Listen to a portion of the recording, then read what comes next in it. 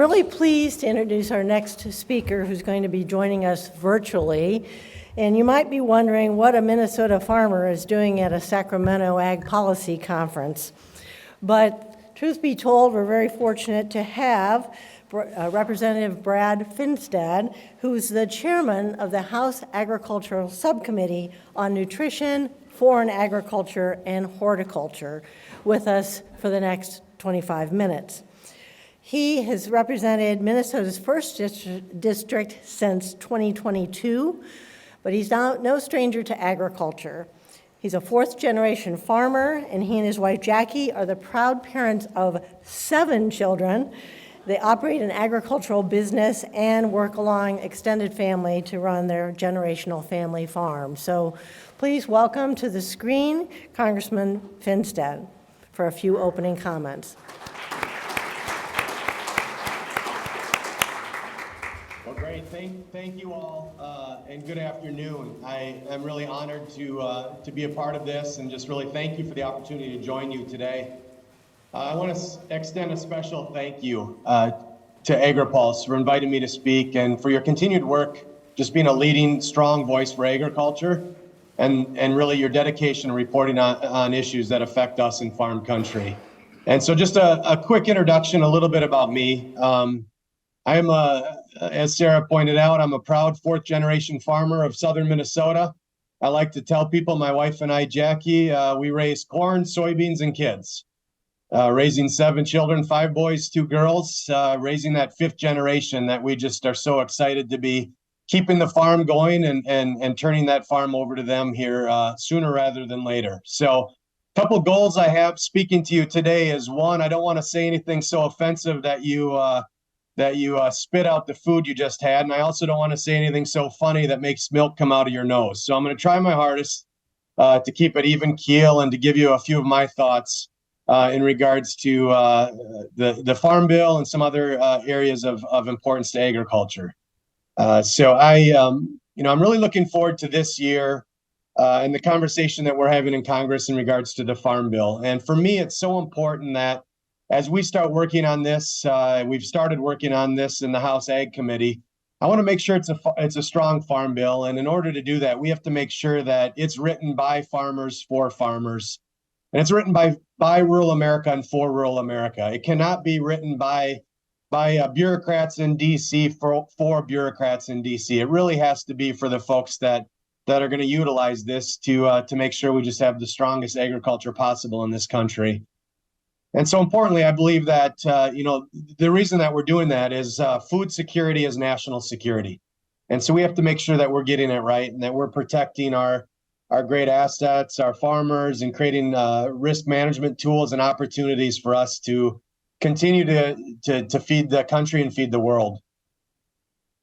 Farm country, like everyone, has faced real challenges in the last several years. I saw it firsthand on our farm when we had trade disruptions, the effects of COVID, when we saw the food supply chain, the input side, and when we saw the volatility across the globe when Russia invades Ukraine and we see 400% increase of inputs on our farms. Things become very real very quickly, and so we're not immune to that in farm country. And so a farm bill is a place for us to try to create some steady, secure, long-term policy that can really create that presence that we need and that partnership we need with the private and public sector. I tell people all the time that, in order for this to hit home for folks, I like to point out the fact that, let's just all think back in the last few years when we saw the computer chip shortages, when we saw people that were waiting for their new vehicles, they're waiting for their new tractors, and we were sitting there with chips in Taiwan, and we sat there waiting for years for that economy to start moving again. And I like to tell people now, take the computer chips and the semiconductors, replace that with bacon, with eggs, with steak, with lettuce, with tomatoes, and you start realizing how important it is that we become that we are so strong, and we need to remain strong in regards to our food security and the ability for us to farm and to grow and to feed, again, our country. And that's why it's so important that we pass this strong farm bill. When I speak to farmers in southern Minnesota, I continue to hear over and over again that, the 2018 Farm Bill was a good farm bill.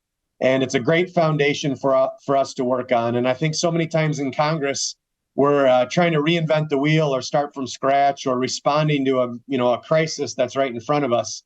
And so for us to have the 2018 Farm Bill as that stepping stone, I think is just a great place to be. And it's a great place for us in Congress to start moving forward on this next Farm Bill process.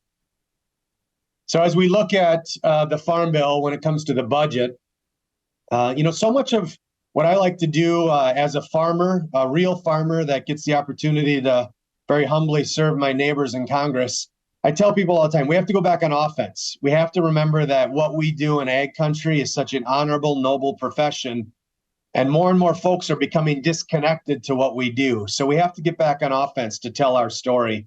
And so part of that is when we look at the budget, we have to make sure that we're just laying some things out for people to understand. And so as we look at the Farm Bill, it's an investment in our national security, and it's really important that we keep that investment strong. But together, SNAP and the Farm Safety Net make up less than 2% of the overall federal spending. And moreover, the Farm Safety Net alone on its own is just a humble 1/5 of 1% of the federal budget. I had someone the other day say that, you're passing a nutrition bill with a little bit of farm policy in it. And that is, part of the story that we have to tell. And it's a mild investment to make sure that we're keeping that food security. We've seen over the years the need for ad hoc assistance, whether it's through weather or market disruptions. And so we just have to make sure that this farm bill creates more stability and makes more predictability for our producers and really allows us to have tools that really create some strong risk management tools. Again, farming is one of the most honorable professions that we have in this country and the world, and we need to get back on the offense and tell our story. And we're telling it more and more to folks that don't understand where their bread comes from, don't understand where their bacon comes from, don't understand where their tomatoes come from. And so we have to tell that story and do it in a very honorable, compassionate way. So as Sara pointed out in the introduction, I'm honored to serve as the chairman of the House Ag Subcommittee on Nutrition, Foreign Agriculture, and Horticulture. And so with that, the nutrition title and the SNAP component encompass over 84% of the Farm Bill's budget. And so with that, that's just some good information, but over 92% of planted acres in this country reside right now in districts represented by Republican members of Congress. So hopefully that points out the need and the fact that we have to make sure that as we put together this farm bill, we're keeping the nutrition title a part of the farm bill, and that we're really working on developing and creating and maintaining a bipartisan farm bill coalition that can really work on not just the farm country component, but also that nutrition title. Americans in rural communities that I know will give the shirt off our backs to help their neighbors in need. And so we have to make sure that as we start looking and talking about those nutrition programs, that really the program's all about making sure that we're providing a hand up and not just simply a handout, that we are there to help our neighbors, that when they are in the toughest of their times, that we're there to help them and offer them that hand up. And that's what we're looking forward to working with as we put together the nutrition title of the Farm Bill.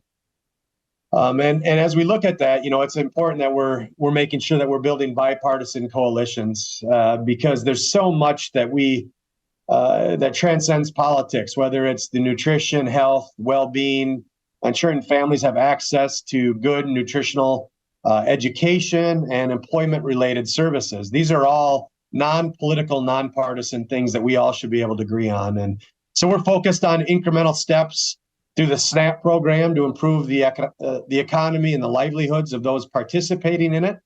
Really the best thing that we can do for anybody on SNAP is help them get off it. Help them get that great paying job that provides them the opportunity to provide for themselves and their family. So as we look at some of those, steps that we can do to improve that, what we just saw happen here through the debt ceiling conversation is a conversation about able-bodied single adults that are really work capable, and we need to make sure that we're doing everything we can to get them into the pipeline, the workforce. Everywhere you go across this country, workforce is a number one issue for employers, small and large. We need more. We need more people at the door working for our great American companies, and really, ultimately, that job creates that opportunity to achieve that American dream. And we need to restore the American dream and get people excited about it again. And so we're looking forward to making some mild adjustments there, and the positive movement that happened through the debt ceiling conversation. We also need to make sure that we're keeping the taxpayers of this country at the front and center of all of these conversations. We have to make sure USDA is accountable to the taxpayer and to the public that's requiring us to make sure that we're getting the best bang for the buck as we put those dollars out into the streets. And so we're looking forward to the opportunity that the USDA will have here to share the requests and data related to state waivers for work requirements, making sure that states are working their way around some of the things that we in Congress have intended to do with this program, and really will bring sunshine and light to the behind the scenes way that government is administering these programs. And I think we owe it to the taxpayers to do that. We all should be for that. That shouldn't be a partisan issue. I'd also like to touch a little bit about some of the things that maybe get overlooked when we talk about the Farm Bill, specifically when it comes to the dollars and cents of it. But one piece that's so important, so critically important, is trade. And so it's so important that we continue to keep our eye on that, and that we understand the importance of market access and trade expansion, and really creating more opportunities for our farmers and producers. It's important that we have a robust trade agenda, and that the economy that can help sustain our producers and also ensure that we have viable markets to ship commodities to, again, as we continue to focus on diversifying those opportunities. And so for us, it's all about, as a farmer, it's about leveling the playing field, creating more opportunities.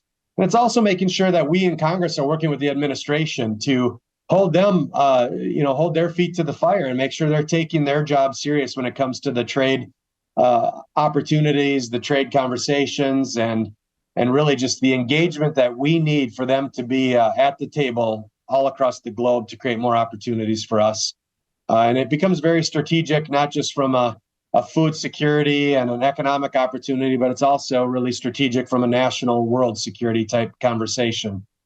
So I have appreciated the opportunity to communicate with the ag trade officials at the USDA and USTR.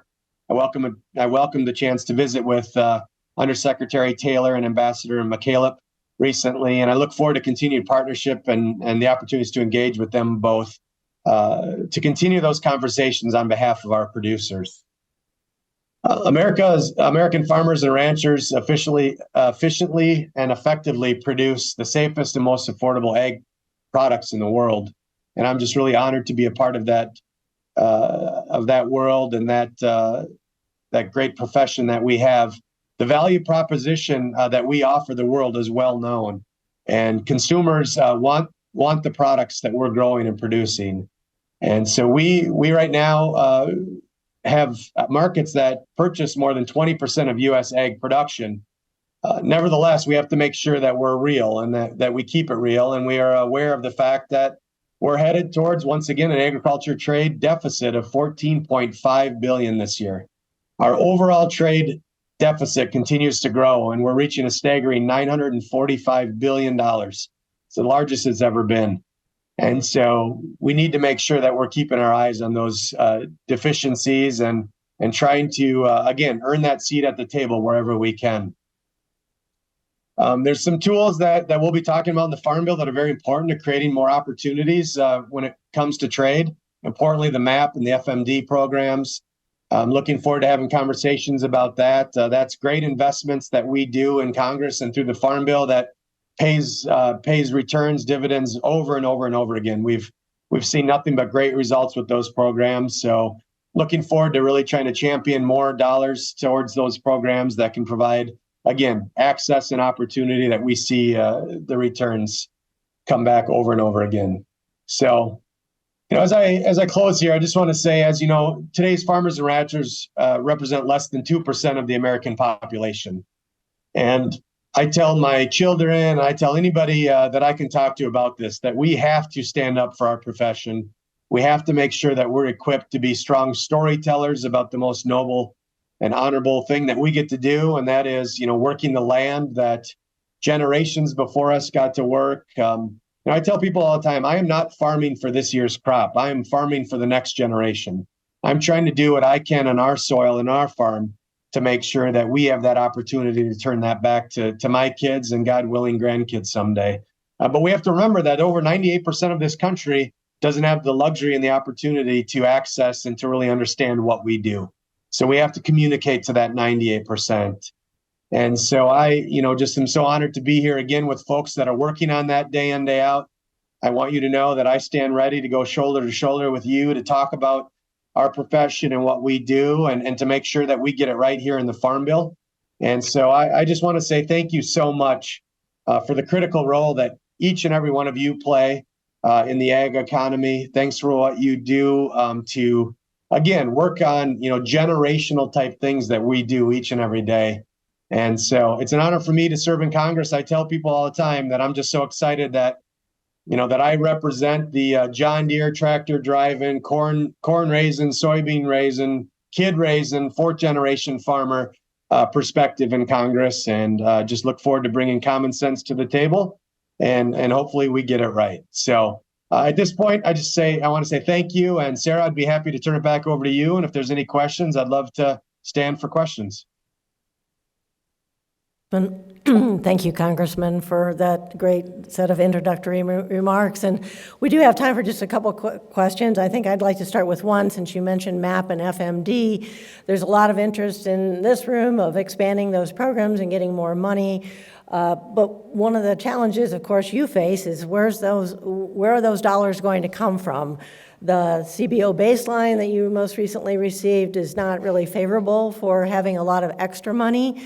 So do you envision cuts, or is there another pool of funds somewhere that we might be able to tap? Well, so with the debt ceiling bill that just went through last week, I think we're waiting to hear how that all shakes out in regards to some of the reforms with the SNAP program. There might be some savings there. But moreover, if everything's a priority, nothing's a priority. So we're going to have to make sure that as we start putting this together, that we're being very strategic about the, the dollars and cents that we have on the table and we have the access to in regards to Build a Good Farm Bill. But we also have to look on that return on investment and what really makes sense for farm country, and make, the Farm Bill will essentially be that moral document, that list of priorities that we in Congress and we in ag country feel is important to all of us. So it's my hope that we can get creative and really roll up our sleeves and figure out how to make it happen. So one of the things that was a part of that debt ceiling negotiation was to have an increase in the age for work requirements, as you know. But the original CBO score actually had it costing more because of the exemptions for veterans and those who were in certain protected classes. Does that, from your comments, it almost sounds like that may not be the end of the discussion. I know you've got a full House Ag Committee hearing on Wednesday. Is there going to be an additional effort to alter those work requirements in the committee? Well, I don't know so much about that, but I do know that what I've been able to read, and I'll be blunt, the CBO scoring on this is just hogwash. So I think there's going to be some revisiting on how they looked at that. I know we've had a conversation with Chairman Thompson and others about how just the math doesn't make sense. It doesn't add up. So we're going to, as you mentioned, we're going to have the full committee hearing where we're going to start talking about those things and really trying to understand their math and to make sure that we get it right. But it is, it's one of those things that, again, it feels like the more we go down that route, it's just Washington, a farm bill written by Washington for Washington. And we have to inject some common sense and really get back to the basics on it. In regards to further work requirements, I think the conversation's definitely happening in regards to, what was just done last week and where's the appetite right now. It was a very strong bipartisan vote to increase that age requirement. So it wasn't just a party, a single party saying that's the way we need to go. So I think it was an incremental step in the right direction to be serious about where we are today and where we need to be in the future.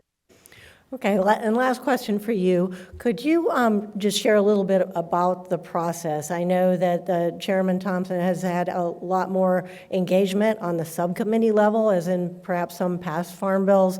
Do you foresee that markup will actually start in each individual subcommittee and then go to full committee as we do start writing language, or will it be a combination? Just give us some inside the room perspective of how you think we'll actually start.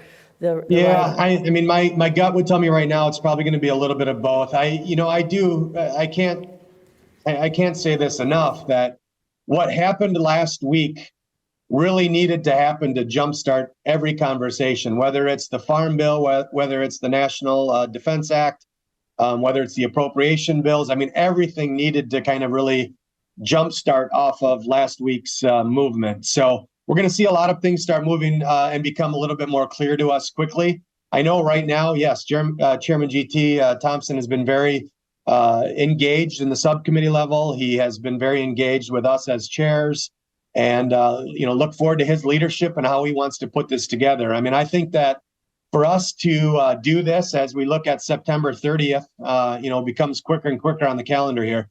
We want to make sure that we are respectful and we're listening to anybody and everybody we can, and that the process is very transparent and ultimately produces the best bill that we can get out. All right. Well, thank you so very much for your insights on this, and thank you for joining us during your busy schedule. I know you've got votes yet later, so thanks again, and I'd like to have everybody show their appreciation for your comments. Thank you. Appreciate it.